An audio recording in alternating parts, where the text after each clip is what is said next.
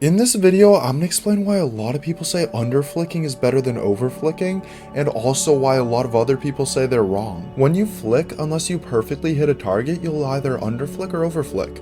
Underflick is just not reaching the target, overflicking is flicking past it. A lot of people will say that an underflick is better than an overflick as you don't have to reverse directions to hit the target.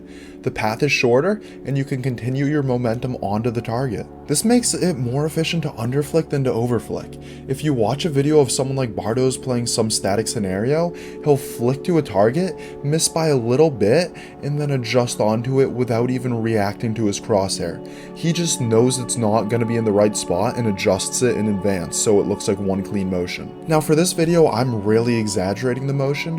When you watch someone like Bardo's do this, he slows down slightly and then speeds up again onto the target, really without even stopping his crosshair, without even reacting.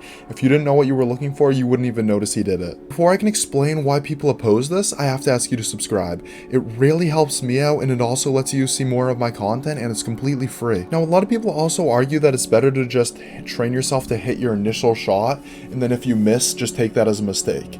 When you practice underflicking, you're practicing missing and not practicing hitting the target on your initial flick. Hitting the target perfectly is much quicker than missing and adjusting onto it, whether that miss be an underflick or an overflick. So a lot of people should say you should train yourself to try and hit this target perfectly, and then you adjust from underflicks and overflicks when it's necessary, but you want to try and hit your first flick. However, it's also more consistent to underflick every time.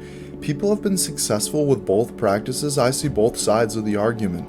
Until recently, I lean more towards not intentionally underflicking, but then I saw how smooth and fast Bardo's does this, and how at a top level the two motions are almost identical. Underflicking consistently seems to be a bit more viable in aim trainers, where you have to consistently hit a bunch of targets at a faster rate, while in multiplayer games you need to hit a single target as quickly as possible. The best flicks in games tend to be made by people who aren't intentionally missing and then adjusting.